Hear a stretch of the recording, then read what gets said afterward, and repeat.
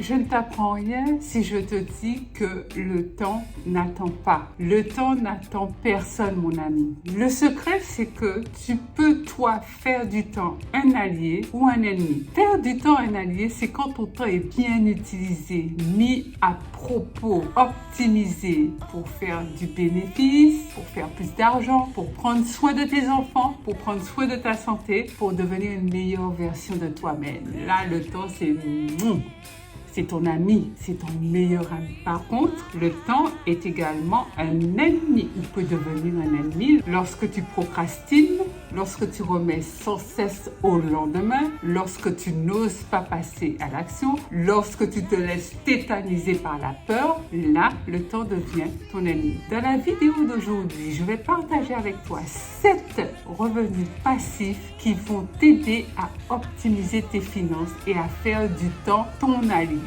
Quelques heures par-ci et quelques heures par-là et c'est ton compte en banque qui se trouve d'un seul coup amélioré. Tes revenus croissent, tu as plus d'argent, tes rentrées financières sont plus régulières et te permettent d'avoir le niveau de vie enfin le niveau de vie auquel tu aspires. Bonjour et bienvenue sur L7 Finance. Moi, c'est Lucila. Sur cette chaîne, je te parle argent, finance, mindset, business, entrepreneuriat, épargne, budget, positivité, mindset. Tout ça de manière très concrète et très fun pour t'aider à faire gonfler ton compte en banque. Donc, si l'argent, c'est un sujet pour toi, tu aimerais savoir comment ça fonctionne, tu aimerais en savoir plus et tu aimerais en avoir plus, ne bouge pas, abonne-toi car cette chaîne, c'est la tienne et parlons finance.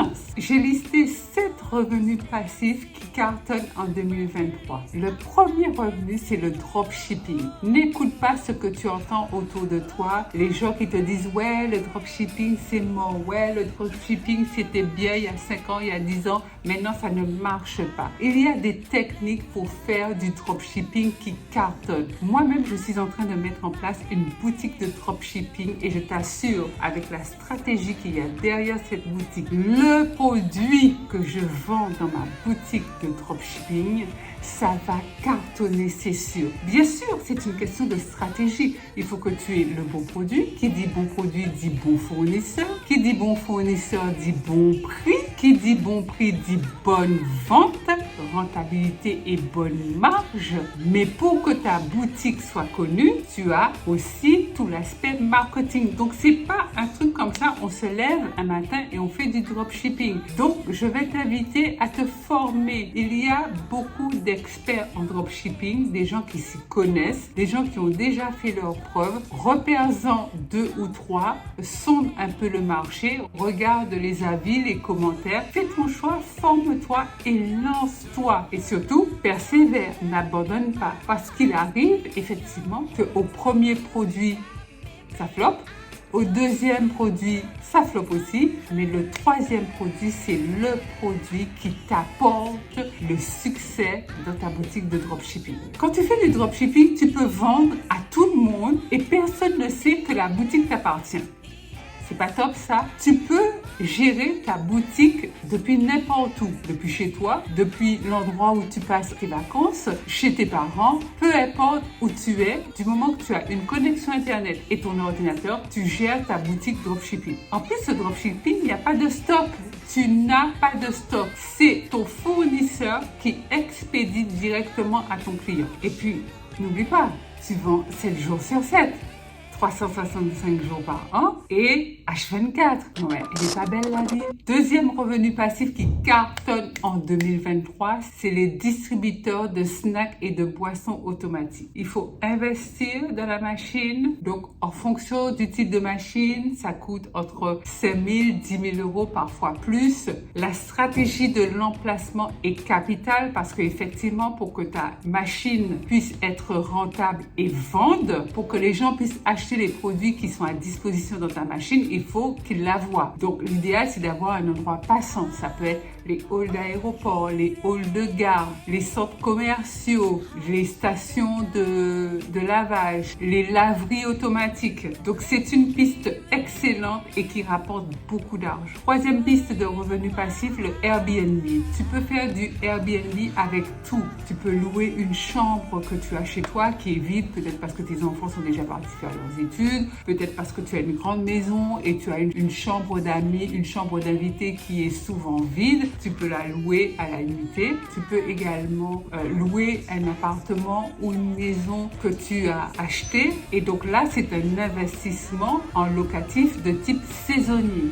Il y a plusieurs pistes pour pouvoir faire du Airbnb sans nécessairement devenir propriétaire d'ailleurs. Tu dois être un super hôte, tu dois être un super hôte ou une super hôtesse parce que les revues, les commentaires, les étoiles, les ceci, les cela, ça compte énormément pour la notoriété du bien que tu mets sur Airbnb. Tu devras gérer le check-in, le check-out, veiller à l'ultra propreté des lieux. La propreté, oui, doit être irréprochable et surtout la localisation. L'implantation du bien que tu loues sur Airbnb compte énormément dans ta rentabilité. Quatrième revenu passif, c'est YouTube. Oui, c'est YouTube. Alors YouTube demande de la patience et de la persévérance parce que toutes les chaînes sur YouTube ne se monétisent pas comme ça en 48 heures en un claquement de doigts. Ça demande de charbonner, de mettre de l'huile de coude, d'être persévérant, de produire du bon contenu et en produisant du bon contenu avec des moyens assez accessibles, tu fais grandir ta chaîne. Ce n'est pas un sprint. Tu prends le temps avec YouTube, il faut prendre le temps, c'est un marathon, mais la consistance te portera de bons gros fruits financiers.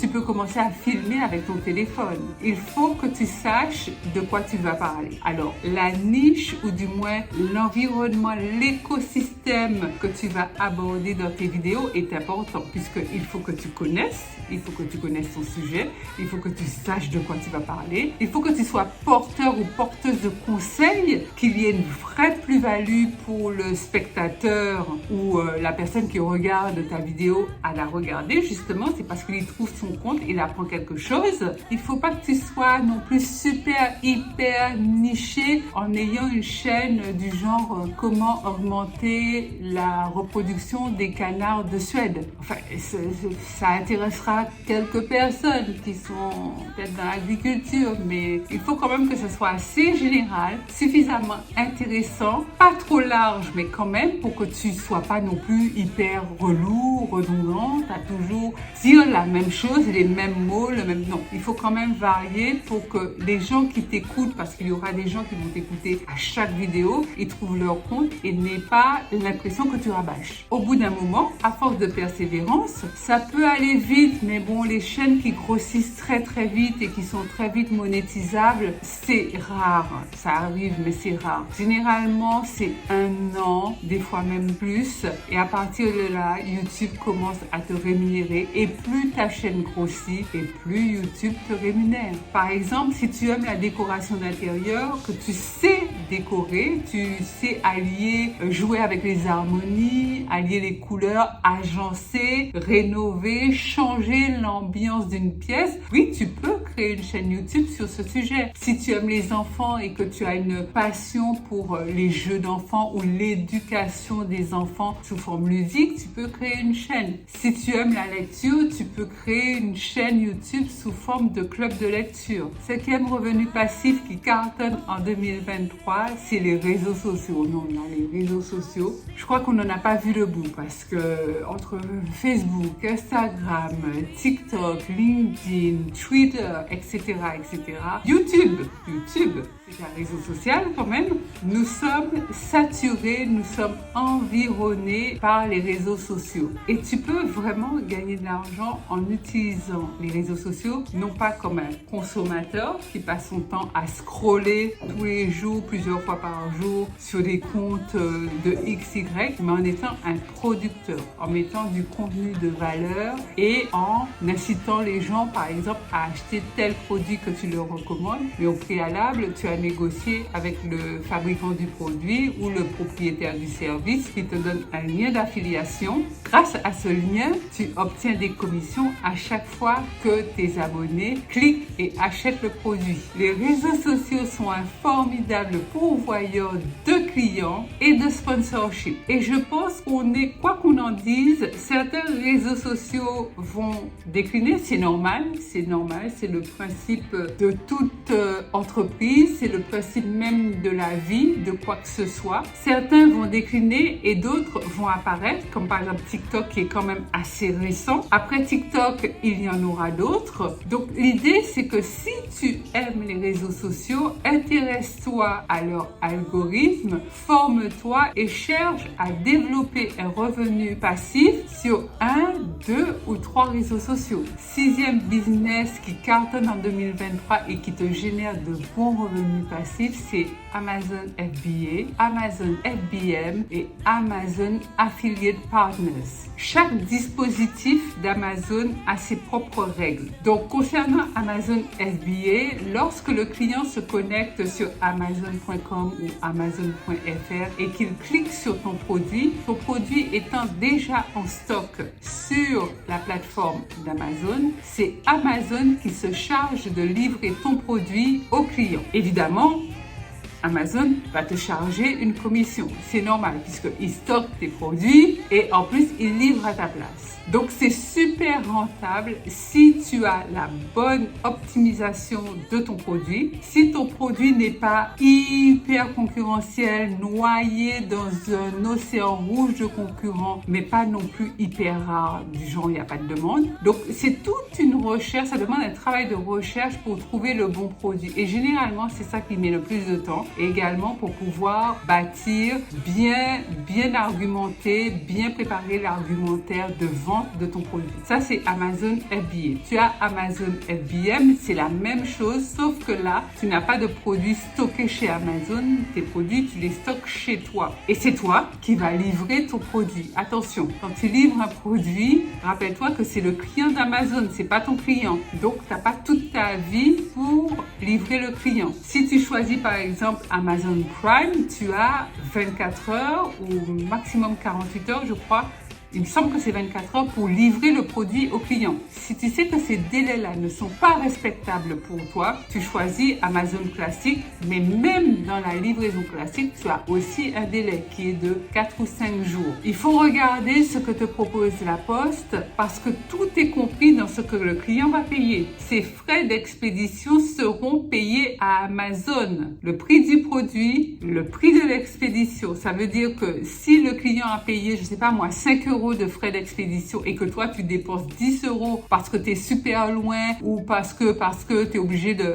tu seras déficitaire. Donc ça demande de la formation, ça demande de la recherche. Amazon Affiliate, c'est un compte que tu as en tant que Amazon Partner qui te permet de vendre des produits que tu peux promouvoir sur tes réseaux sociaux. Quand les clients achètent le produit, par exemple moi j'ai acheté ce haut sur Amazon, je mets mon lien en barre de description concernant ce haut. La personne qui clique et qui achète au prix normal, vendu sur Amazon, le prix auquel moi-même je l'ai payé, mais Amazon me reversera une commission en tant que partenaire. Donc tu as plusieurs options qui, selon moi, valent énormément le détour. Encore une fois, sache où tu mets les pieds, choisis en fonction de ta personnalité, en fonction de ce que tu veux faire, en fonction de ta disponibilité et forme-toi. 7e revenu passif qui cartonne en 2023, c'est la bourse. Ah ouais, mon ami, c'est la bourse, il n'y a pas moyen. La bourse, par contre, te demande une stratégie, une vision et de la patience.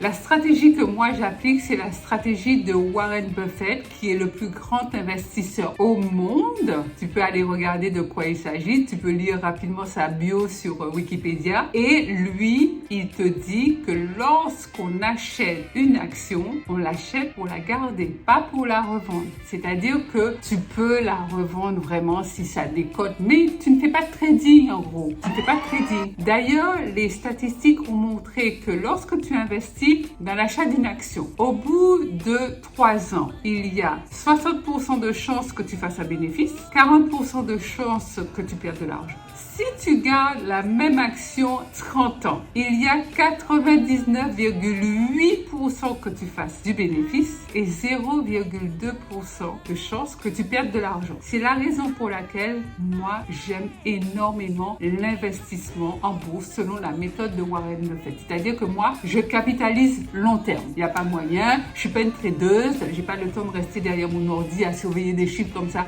acheter, vendre, acheter, vendre, acheter, vendre. En plus, personnellement, côté éthique, je trouve que c'est pas super parce que quand tu achètes une action, vraiment, tu capitalises sur l'entreprise, tu investis dans l'entreprise. Tu achètes une action ou plusieurs actions, ça veut dire que quand même tu mets ton argent dans cette entreprise. Quand tu fais du trading, en fait, tu spécules. Tu spécules, tu te dis, voilà, en 48 heures, ça doit avoir pris 10%, 20%, enfin, je te dis n'importe quoi, mais tu capitalises sur la flambée de l'action, du cours de l'action que tu as acheté. Dès que ça flambe, tu revends. Moi, je m'y retrouve moins. Maintenant, il y en a qui font ça très bien, qui s'en sortent très bien. Fais attention parce qu'il y en a énormément. Et je pense que c'est